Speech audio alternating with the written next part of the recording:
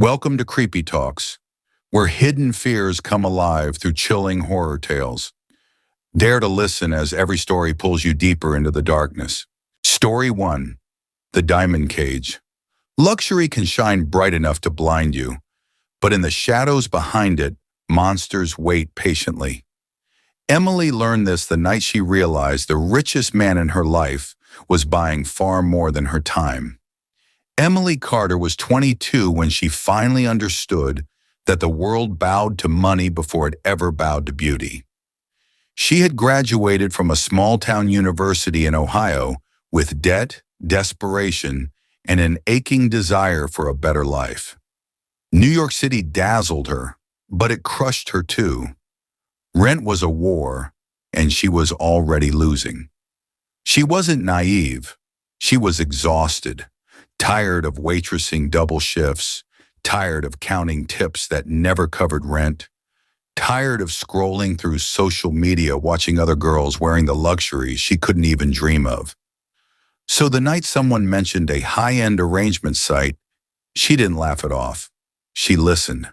"Sugar daddies," the girl whispered. "Safe, discreet. They just want company. And they pay, really pay." Emily created a profile under a fake name. One elegant photo, her in a silver dress, face half hidden. Within hours, her inbox exploded. But one message froze her heartbeat.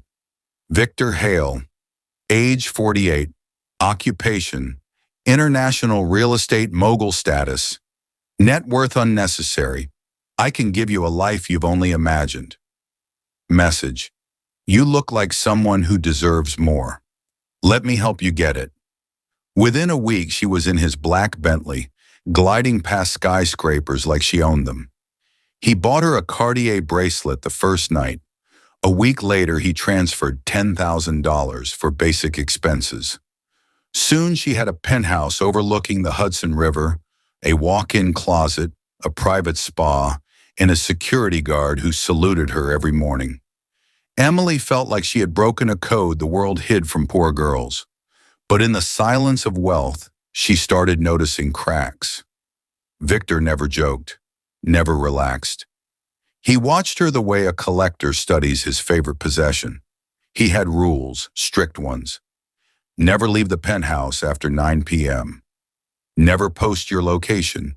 Never talk to any man except him. Always answer his calls immediately. He called it safety. Emily called it control. One evening, as she explored a new section of her closet, filled with designer clothes she hadn't even touched, she noticed a strange item on the top shelf, a small black marble box trimmed with gold. She didn't remember receiving it. Curious, she opened it. Inside was a velvet pouch. Inside the pouch, something cold, metallic, sharp, a silver teardrop locket, beautifully engraved, but not with her initials. It read, A.R. Emily frowned. She didn't know anyone with those initials, and Victor never gave gifts without making it clear they were from him. Digging deeper inside the box, she froze. There was a photograph, a girl around her age, blonde, smiling, wearing the exact same locket. Emily's stomach tightened. Why was a stranger's photo hidden in her closet? Why was Victor keeping personal items that clearly belonged to someone else? Why was the girl's vibe eerily similar to her? That night over wine, she brought it up casually. Victor's expression didn't flicker, but his voice did. "Curiosity," he said slowly, "is how people lose their privileges, and sometimes their safety." Emily felt the blood drain from her face. He had never threatened her before. He changed the topic instantly, but the damage was done. She barely slept that night. At around 3:14 a.m., she heard something, a soft sound, humming, coming from the closet, a woman's voice, low, sad, almost like someone crying while humming a lullaby. Emily's heart slammed against her ribs. She grabbed her phone, but the screen stayed black. Battery dead. The humming grew clearer. She took slow steps toward the closet. Her hand trembled as she reached for the door handle. The humming stopped. Silence. Thick. Heavy. Then, a whisper. Not from the closet, but right behind her. "You opened the box, didn't you?" Story 2. The Ghost in the Penthouse. Emily spun so fast she nearly fell because the voice behind her didn't belong to any living person. And in that moment, she understood. Luxury wasn't protecting her, it was trapping her. Emily's breath caught in her throat. She turned. No one was there. The penthouse was silent, the city lights glowing faintly through floor-to-ceiling windows. Her heart pounded painfully, but the air behind her was empty. A hallucination? Lack of sleep? Paranoia? She didn't know, but she wasn't imagining the humming. She was sure of that. Her phone finally powered on at 4:02 a.m. The first notification nearly made her drop it. One missed call. Victor Hale, 3:16 a.m. One voice message, 17 seconds long. Her hands trembled as she pressed play. Victor's voice, low and chilling, filled the room. "Emily, why aren't you answering? I hope you're not touching things that don't belong to you. Sleep well." She felt ice slide down her spine. 3:16 a.m. Exactly when she heard the humming. How did he know she was awake? How did he know she had touched the box? There were no cameras inside the penthouse. Right? She scanned the ceiling, the corners, the vents. Her stomach twisted. Was he watching her? At 10 a.m., Victor arrived unexpectedly. He never arrived unannounced. He let himself in with his private access card, walking inside like the apartment belonged to him, which it did. "Emily," he said softly, "you look tired." She forced a smile. "Didn't sleep well." He studied her. For too long. Then he kissed her cheek like nothing was wrong. "I brought you something." Another gift, wrapped in black paper with a silver ribbon. She hesitated before opening it. Inside was a necklace, a diamond choker. Beautiful, expensive, and suffocating, even in the box. "Wear it," Victor instructed, not suggested, not asked. Instructed. Emily fastened it slowly. When her fingers touched the back of the choker, she froze. There was something there, something rigid, something mechanical, a tiny device embedded behind the clasp, a tracking chip, a microphone. Both? Her heartbeat quickened. "Do you like it?" Victor asked. "It's," she swallowed. "Gorgeous." He smiled faintly, but his eyes remained dead. Later that afternoon, after Victor left for a meeting, Emily took the necklace off and placed it on the kitchen island. She needed to think, to escape, to understand. She searched the penthouse thoroughly, behind paintings, inside vents, under furniture. Nothing. Until she checked the bedroom mirror. At first glance, it was normal, but when she leaned closer, she saw a tiny black dot in the top corner. Not a scratch. A lens. Her breath shattered. He had been watching her. Every shower, every night, every private moment, every second she spent in that closet. She stepped back, trembling. Then she noticed something worse. The mirror wasn't installed into the wall. It was bolted. From the outside. Why would a normal mirror need bolts? She pulled it. Nothing. She pushed it. Nothing. She tapped its surface lightly and heard a faint echo, like hollow space behind it. A room, a passage, a hiding place. Her pulse quickened. She had two options. Pretend she didn't know, or find out what he was hiding. She chose the second. She grabbed a metal shoe heel from her shelf and jammed it under the mirror frame. She pulled. Hard. The mirror shifted, then popped off the wall with a sharp metal sound. Behind it was exactly what she feared, A dark, hidden corridor, barely 2 feet wide, running the length of the bedroom wall. No dust, no cobwebs, no signs of neglect. Because someone had been using it. Recently. Emily's breath trembled. Inside the narrow space was a small stool, a pair of headphones, and her blood ran cold. A stack of photographs on the floor. Photos of her, sleeping, showering, trying on clothes, crying, smiling, changing. Pictures taken from inside this very corridor. Her vision blurred with panic. She backed away fast, knocking over the mirror. The loud crash echoed through the penthouse. And then something else echoed with it.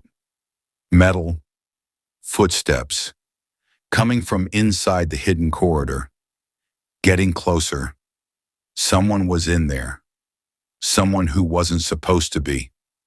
Emily's scream caught in her throat as she stepped back, just as a shadow moved inside the darkness, rising slowly.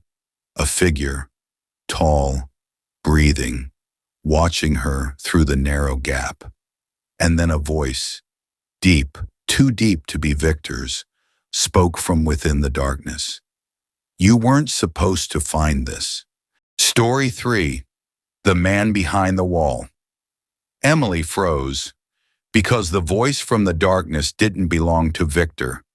It belonged to someone who had been living inside her walls, watching her, waiting. For a moment, Emily couldn't breathe. The hidden corridor was only inches wide, but the shadow inside it seemed enormous, blocking out what little light leaked through the crack. A hand slid forward, pale, veined, trembling slightly. Not Victor's hand. This one was younger, thinner, desperate. Emily stumbled back, her legs weak. Who are you?" she whispered. The figure stepped closer. A face appeared, gaunt, hollow-eyed, unshaven. A man in his late 20s, maybe early 30s. He looked like he hadn't seen sunlight in months. "My name doesn't matter," he said quietly, "but you need to get out. Now." Emily shook her head. I don't understand." The man exhaled shakily, gripping the edge of the wall. "I'm not here by choice," he murmured, "and neither was she." Emily's stomach dropped. "Who?" He didn't answer with words. Instead, he slid something through the opening in the corridor. A locket. The same silver teardrop locket she found in the marble box. The one with the initials AR. Emily stared at it. Her hand trembled as she took it. "Where did you get this?" she whispered. The man's voice cracked. "He kept her here, in this penthouse, just like he's keeping you." Emily felt her heartbeat stop. AR, the girl in the photo, the humming, the whispering. "She tried to run," the man continued, "and Victor, he doesn't let his girls leave." Emily felt the world tilt. "You're lying," she breathed, shaking her head. He lifted his shirt. Emily's eyes widened. His torso was covered in bruises, purple, blue, yellow, layered over each other like old paint. "He doesn't just hurt women," the man said. "He hurts anyone who crosses him, anyone who tries to expose him, anyone who knows too much." Emily felt panic claw up her throat. "What do you want from me?" she whispered. "To help you escape," he said. His eyes softened, but only slightly. "Before he decides you're no longer useful." Emily covered her mouth. Her breathing turned fast, ragged. The man leaned forward, speaking urgently. "He's coming back soon. He always returns early when the cameras go dead." Cameras. Emily's eyes shot to the necklace lying on the kitchen island. The hidden lens, the mirrored wall, the tracking chip. Her voice shook. "How long have you been here?" "Inside the walls." He hesitated. "Long enough to hear you scream in your sleep," he said quietly. "Long enough to know he's doing to you what he did to her." Emily stepped back until her spine hit the kitchen counter. She looked at the penthouse with new eyes, not as a luxury home, but as a cage, a trap. She forced herself to speak. What happened to her? To the girl? AR? The man's eyes dropped. She died trying to escape. Emily felt ice crawl up her spine. And Victor made me watch. Before she could react, her phone buzzed. Victor Hale. Incoming call. Emily's blood turned to ice. The man inside the wall tensed. Don't answer, he whispered. If you do, he'll know something's wrong. The phone buzzed again. Emily stared at it, frozen. Her hands shook so violently she almost dropped it. Third call. Victor never called more than twice. He knew. Something was off. The man inside the wall whispered urgently, Emily, listen to me. There's a service exit in the basement level he never uses. I can show you the way. Emily swallowed. What if you're lying? What if this is another trap? He met her eyes, tired, broken, human. If I wanted to hurt you, he said softly, I wouldn't be warning you. Emily didn't know what to believe. Victor's voice message, the humming, the photographs, the hidden corridor, the man covered in bruises. Her instinct screamed one thing, run. But as she grabbed her bag and took a step toward the elevator, the penthouse door suddenly clicked. Unlocked. Opening. Victor's voice echoed through the hallway, smooth, calm, but carrying something deadly beneath it. Emily, why didn't you answer my calls? The man in the wall stiffened. Emily's heart nearly exploded. Victor stepped inside. He was holding something behind his back, something metallic.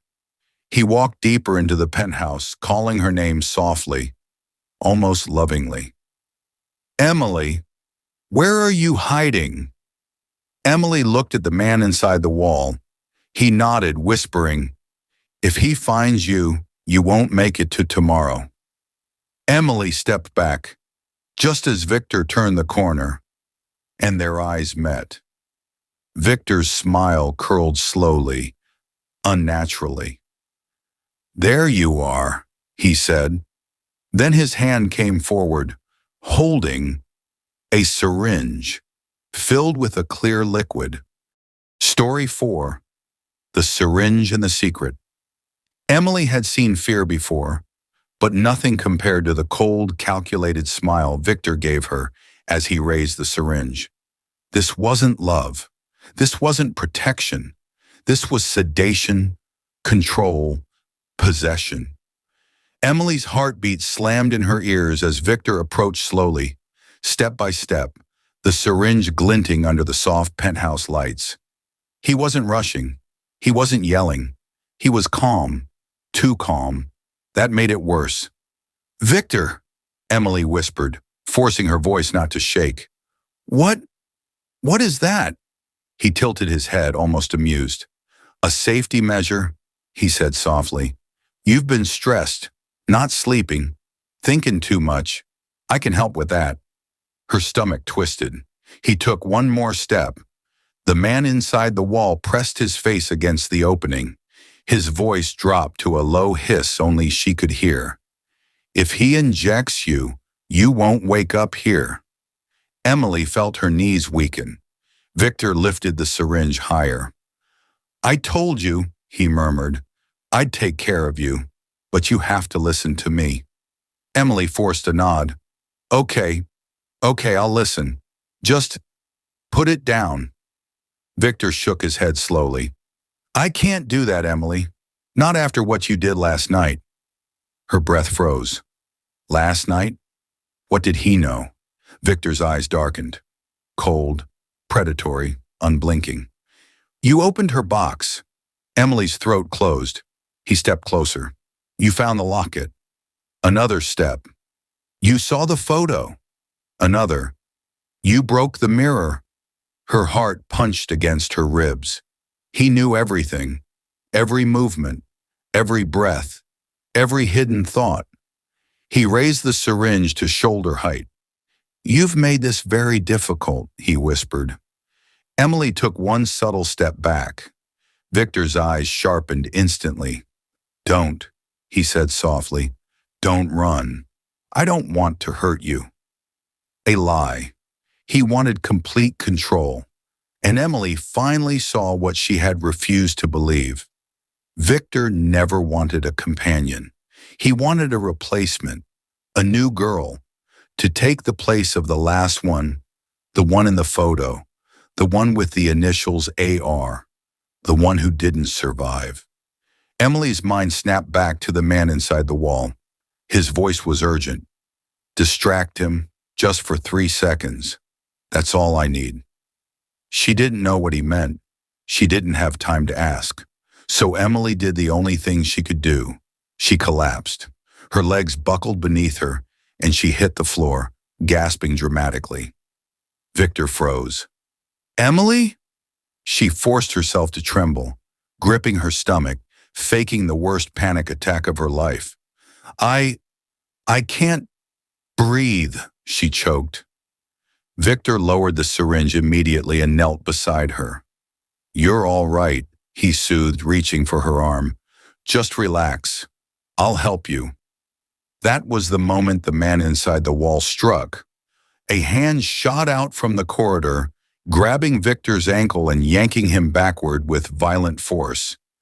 Victor crashed to the floor, the syringe flying across the room.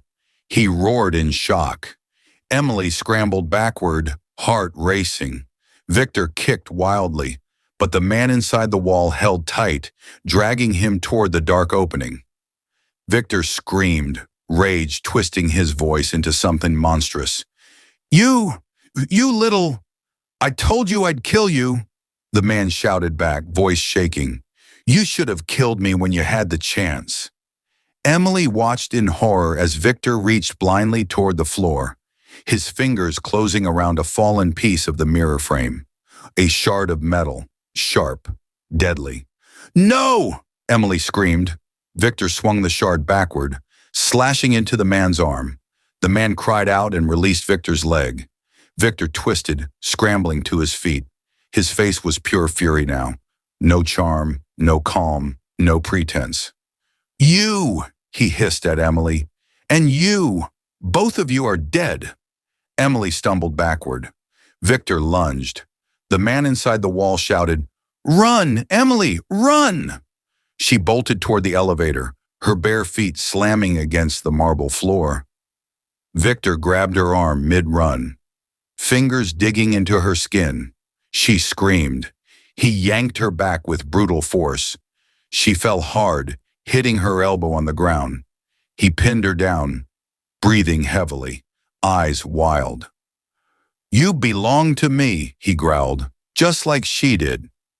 Emily clawed at his arms, kicking, gasping, fighting with everything she had. Then suddenly, Victor froze. His eyes widened. Blood dripped down his shirt. The man behind him stood with a metal bar raised high, the improvised weapon shaking in his hands. "I am done hiding," he hissed through clenched teeth. Victor collapsed forward, unconscious. The room went silent except for Emily's ragged breathing. The man helped her to her feet. "We don't have much time," he rasped. "He'll wake up soon. We need to get out." Emily nodded, shaking uncontrollably. "Where do we go?" she whispered. The man pointed toward the back of the penthouse. "The service elevator. It leads to the basement. If we reach the parking level, we can escape." Emily took a deep breath. She looked down at Victor, bleeding, motionless, terrifying even in unconsciousness. Then she looked at the dark corridor he used to spy on them. She whispered one thing, "Let's go." They ran, not knowing Victor's eyes would open again within minutes, not knowing the building had far worse secrets beneath it, not knowing the basement held the truth behind every missing girl Victor ever took care of. Story 5. The Basement of Lost Girls. Emily thought she had already seen Victor's darkest secret, But the basement proved she was wrong. Some nightmares don't begin in the dark. They end there. The service elevator groaned as it descended. Slow, old, and far too loud. Emily kept glancing upward, terrified Victor would burst through the doors any second. The man beside her, still bleeding from his arm, leaned against the wall. "What's your name?" she whispered. He shook his head. "Names make things real," he muttered. "Right now, the only thing real is getting you out alive." Emily didn't argue. The elevator stopped at B3, restricted access. The doors opened with a metallic shriek. The air was cold, damp, wrong. This wasn't a normal parking level. This looked like an abandoned storage floor, concrete walls, flickering lights, and a long corridor stretching into shadows. Emily swallowed hard. "Are you sure this is the way out?" He nodded weakly. "I've memorized the layout. The exit is through the maintenance tunnel at the end." They stepped out. The elevator doors slid shut behind them, and the lights overhead flickered violently. Emily froze. The man whispered, "Keep moving." They walked quickly down the corridor, their footsteps echoing. Halfway down the hall, Emily noticed something odd. Doors, 6 of them, metal, bolted, no windows, no handles on the inside, like holding cells. Emily felt sick. What are these?" she whispered. The man's jaw clenched. "This is where he kept them." Emily's knees nearly gave out. "The girls before me?" He nodded slowly. "Not just them." Emily stepped closer to one door, her heartbeat hammering. Numbers were etched into the metal. AR-number 03. Her breath hitched. AR, the girl in the photo, the girl whose locket Emily found. The girl Victor replaced her with. Emily touched the door and immediately recoiled. It was cold. Too cold. She whispered, voice trembling. "Was she alive in there?" The man didn't answer. His silence was enough. Emily moved to the next door. 04, then another. 05, and another. 06. She whispered, horrified. "How many?" The man swallowed. "Too many." Emily felt a tear slip down her cheek. "These were bedrooms," he said softly. "At first, then they became cages." Emily covered her mouth. "He kept them here when they disobeyed, when they tried to leave, when they found out too much." Emily felt like she was going to vomit. She whispered, "What happened to them?" The man looked away. None of them walked out. Emily's heart shattered. The air felt heavier, almost suffocating. Then they heard it, a faint sound, a soft dragging, a metallic scrape, coming from the last door. Emily froze. The man grabbed her wrist. "Don't," he warned. "Some doors should never." But she had already stepped closer. The sound grew louder. Scrape, drag, scrape. Emily whispered, "Someone's inside." The man's expression twisted into fear. No one is supposed to be alive down here." The scraping stopped. Silence. Emily leaned closer, pressing her ear to the cold metal. Bang! Something slammed into the door from the inside. Hard. Emily stumbled back, screaming. Another bang. Louder. The metal shook. Something, or someone, was hitting it with unnatural force. The man shouted, "Emily, step back!" She backed away quickly, her breath shaking. Then, a voice, faint, raspy, barely human, from behind the door. "Emily?" Emily froze. Her blood went cold. She whispered in horror, How do they know my name?" The man's eyes widened. "That's not possible." The voice came again, clearer this time. "Emily, don't leave me. He left me here." Emily's heart almost stopped. The voice sounded like a woman's, weak, broken, desperate. The man shook his head violently. "You can't open that door. You don't know what's in there." Emily whispered, tears streaming. "She's alive. We have to help her." Suddenly, A loud, sharp clank echoed through the basement. Both of them froze. Emily whispered, "What was that?" The man's face drained of color. "That wasn't the door," he said slowly. He pointed upward. "That was the elevator." Emily turned around. Just as the elevator doors slid open again, Victor stepped out, blood on his shirt, a gash on his forehead, eyes burning with pure murderous rage. He didn't shout. He didn't run. He just smiled, a slow, terrifying smile. "I told you," he said softly. "No one leaves me." Emily felt her entire body lock up. Victor held something in his hand, a long black object, not the syringe. Worse, a stun baton. He stepped forward. The basement lights flickered, and the woman behind the metal door screamed, "Run!" Story 6. The Hunt in the Dark. Victor didn't come to recapture Emily. He came to erase her. And the basement, with all its secrets and screams, was the perfect place to make someone disappear. Emily stumbled backward as Victor stepped into the dim corridor, the stun baton crackling with blue electricity. Each step he took echoed like a countdown. The man beside Emily grabbed her arm. "We need to move," he whispered urgently. "Now!" Victor dragged the baton across the metal doors of the cells, making a piercing screech that vibrated through Emily's bones. Sparks danced, lights flickered. The air tasted like metal and terror. "Emily," Victor said softly, voice smooth and venomous. "Come back to me." Emily shook her head, trembling uncontrollably. "She's not going anywhere," the man shouted, stepping protectively in front of her. Victor grinned. "Oh, you again. I should have finished you months ago." He lunged. The man shoved Emily toward the far end of the corridor. "Run!" Emily sprinted, heart hammering, barely able to breathe. Behind her, the sound of struggle exploded, metal crashing, bodies slamming against concrete, electric sparks flying. The man screamed as the stun baton connected. Emily nearly turned back, but a voice from the last cell shrieked, "Go! He'll kill you both!" Emily forced her legs to move even faster. She reached the maintenance door at the end of the corridor, but it was locked. Not with one lock. 3 heavy industrial ones. "No, no, no," she whispered, tugging desperately.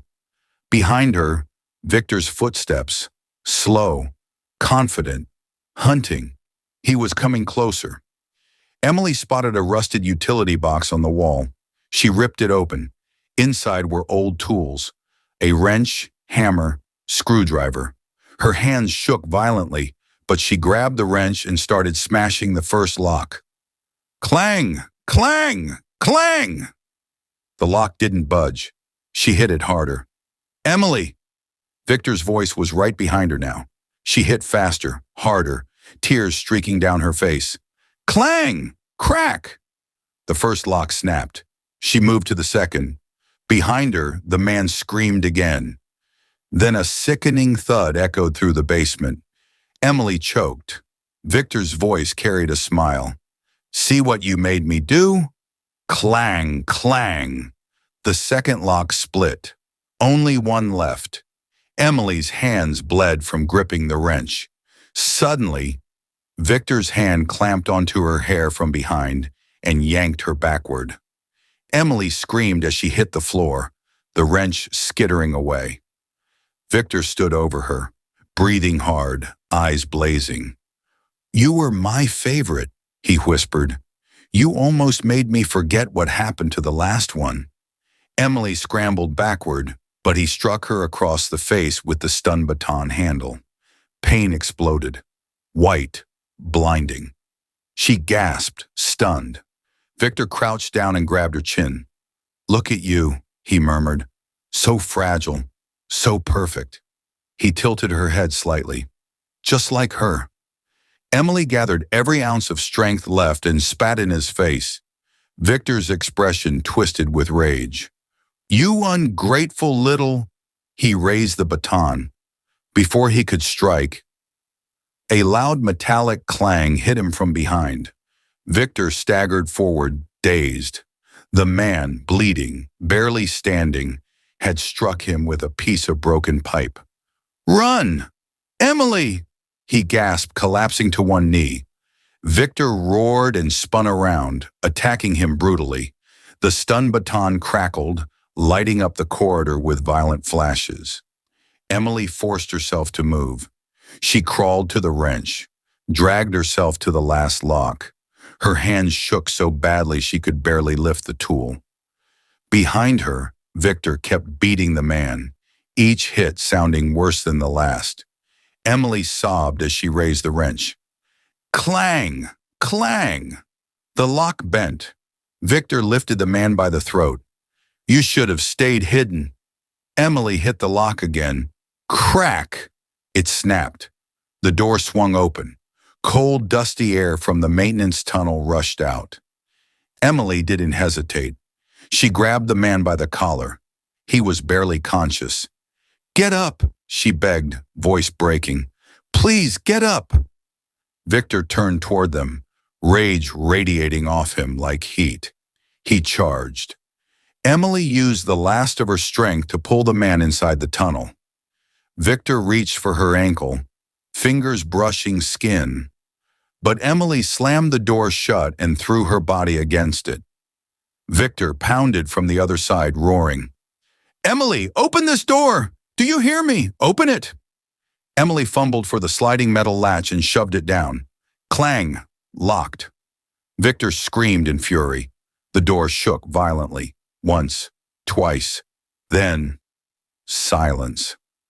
Only Emily's ragged breathing and the man's weak groans filled the tunnel. She whispered, trembling, We have to keep moving. He's not going to stop. The man nodded faintly, barely conscious. As they limped deeper into the pitch-black maintenance tunnel, Emily whispered a final thought that chilled her more than the darkness. If he has this hidden basement, what else has he been hiding? Story 7. The Last Door. Emily thought she had escaped Victor's world, but monsters don't die easily, and the tunnel ahead held the final truth about what happened to every girl before her. The maintenance tunnel was long, narrow, and almost completely dark. Pipes dripped overhead. Concrete dust filled the air. The ground shook faintly every time Victor slammed against the door behind them. Emily supported the man, his arm over her shoulders. He could barely stand. Her voice trembled. Can you make it? He nodded weakly. I'll try. They moved deeper until the sound of Victor faded, but something else began to echo. Wind? Or something crawling? The tunnel forked into two paths. Left, darker, colder. Right, faint blinking lights. Emily chose the lights. Anything was better than blind darkness. They walked for nearly a minute before the tunnel opened into a larger underground chamber, filled with old electrical panels, rusted shelves, and a steel door. Large, industrial, with a biometric lock pad. The man's eyes widened. This wasn't here before. Emily stepped closer. The lock screen glowed blue. Password required. She stared at it. Victor controlled the penthouse, the basement, the hidden corridor. But this door felt different, older, secret even from him. Emily whispered, What's behind it? The man swallowed hard. Only one way to know. Before Emily could respond, they heard something behind them. Footsteps, not Victor's, slower, dragging, uneven. Emily felt every hair on her body rise. The man whispered, Someone else is down here. The tunnel crackled with a cold, shaky voice. Illy. Emily's heart almost stopped. It was the same voice from behind the cell door, the one that screamed for her to run. But now it sounded closer, too close. The man gripped the pipe in his hand, raising it weakly. Emily whispered, "We can't go back. We can't face whatever that is." He nodded toward the steel door. "Try something. Anything." Emily stared at the biometric panel. Victor's birthday, his company name, her own name. She typed AR access denied. Her hands shook. Another idea. She typed Victor's last name, Hale. Access denied. Behind them, the dragging footsteps grew louder. The voice again. "Emily, don't leave me. Don't leave me like he left me." Emily sobbed, pressing random combinations. Nothing. Then the man whispered, "Try. 03. Emily hesitated. 3. The number engraved on the cell door with AR's initials. She typed 03AR. The panel blinked. Processing. Processing. The footsteps grew louder, faster now, crawling. Emily backed away from the panel, terrified. Then, access granted. The steel door hissed open. Emily grabbed the man, dragging him inside. She slammed the door shut behind them and locked it from the inside. Just as she did, something slammed against the other side. Hard, inhumanly hard. Emily backed away, breath shaking violently. The man collapsed against the wall. Emily turned around and froze. The room wasn't empty. It was a vault. Rows and rows of shelves, hundreds of files, hard drives, laptops, memory cards, all labeled with numbers. Number 01, number 02, number 03, AR, number 04, number 05, number 06. Emily's hands trembled as she picked up a file labeled number 03. Inside were pictures. AR smiling, AR crying, AR sedated, AR unconscious, AR bruised. Emily couldn't breathe. This wasn't just Victor's secret. This was all of it. Every girl, every victim, every horror he'd done. Documented, cataloged, saved. Not for police, not for blackmail, for pleasure. Emily dropped the file, gagging. The man whispered, This is evidence. This could expose him." Emily turned to him, voice trembling. "You said she died. AR. She died trying to escape." He nodded painfully. "She did." Emily swallowed. "Then who?" Her voice cracked. "Who is calling my name out there?" The man looked at her with haunted eyes.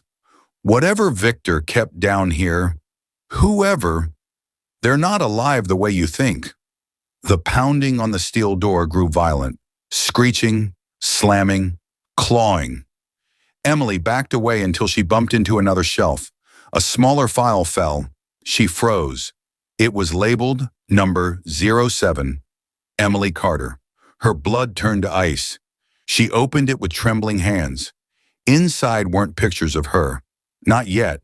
Instead, blueprints, schematics of her penthouse, schedules, passwords, a list titled Modifications to be Implemented. Subject number 07. Install mirror corridor.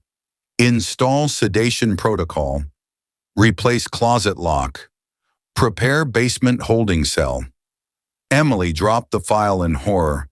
This wasn't happening suddenly. This wasn't accidental. Victor had planned everything. From the moment he messaged her. Behind them, the steel door bent inward. A horrifying wrench of metal. Emily grabbed the man's arm. "We have to get out, now." He nodded, struggling to stand. At the back of the vault was a ladder, leading upward toward a small hatch. Emily climbed first, blood rushing to her ears. Below her, the steel door finally gave way. Something entered the vault, dragging, breathing, whispering. Illy. Emily pushed open the hatch, and sunlight hit her face. Real sunlight, fresh air, freedom. She pulled herself up, then reached down for the man. "Hurry!" she cried. He grabbed her hand, but something grabbed his leg from below. He screamed. Emily pulled harder. Whatever was dragging him pulled harder. "Don't let go!" Emily sobbed. He looked at her, eyes filled with pain. "I'm sorry." and he kicked her hand away. "No!" Emily screamed. He fell. The hatch slammed shut from below with unbelievable force. Emily collapsed onto the rooftop, sobbing violently. Alarms blared from the building. People shouted. Police sirens echoed in the distance. She had escaped, barely. But Victor's empire, his secrets, his horrors, they didn't die with him, because somewhere below, in the darkness of that vault, something whispered her name one last time. Emily. Emily forced herself to stand. She walked away from the rooftop edge, and she didn't look back, because she knew if she did, she'd see exactly what was crawling out of that hatch.